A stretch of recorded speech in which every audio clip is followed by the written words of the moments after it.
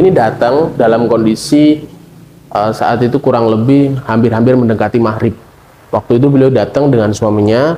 Kemudian hal yang pertama beliau sampaikan, beliau mengeluhkan mengenai rasa sakit yang ada di bagian punggungnya.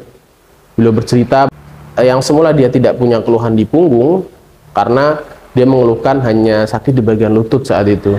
Kemudian setelah terapi terakhir justru malah ada salah satu sakit di bagian punggungnya gitu. Dan sakitnya itu berhari-hari hingga beliau cerita sampai beberapa bulan.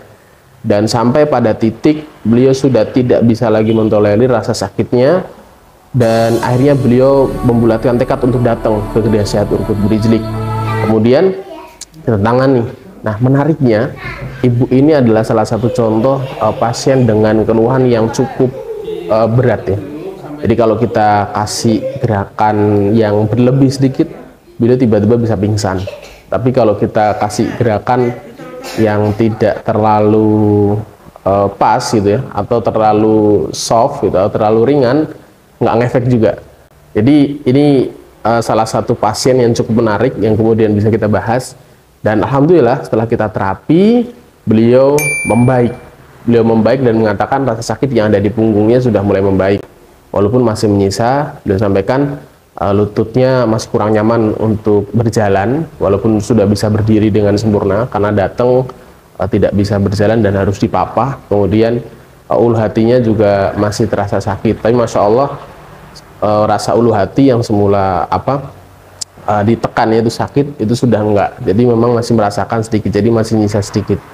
Dan alhamdulillah ini adalah bagian yang memang luar biasa, dan ada poin penting yang kemudian ibu ini sampaikan kepada kita semua, bahwasanya ketika beliau terapi dari satu tempat dan kemudian ke tempat lain, beliau baru merasakan bahwasanya metode yang diterapkan di Gedai Sehat Urkut Brijlik, atau kita kenal salah satunya adalah Pas Al-Kasau. Beliau sampaikan hanya terapi ini yang kemudian itu memeriksa pasien gitu sebelum ditangani secara holistik. Jadi beliau sampaikan sebelum dilakukan tindakan, kalau terapi-terapi lainnya itu langsung tuh, tapi kalau di sini ada pemeriksaan, dilihat, kemudian ditentukan apa umurnya, ditentukan gerakannya, kemudian tingkat pemberian gerakannya disesuaikan dengan pasien. Ibu ini sampaikan secara langsung kepada kita semua, dan ini menjadi catatan bagi teman-teman semuanya atau bapak ibu yang ada dimanapun.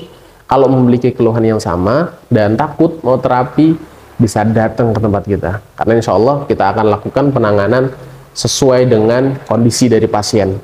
Umur mempengaruhi, kemudian kondisi pasien apakah sudah operasi atau belum, juga kemudian itu bagian catatan penting. Karena sebelum kita lakukan tindakan, kita selalu melakukan yang namanya SOP pemeriksaan secara lengkap.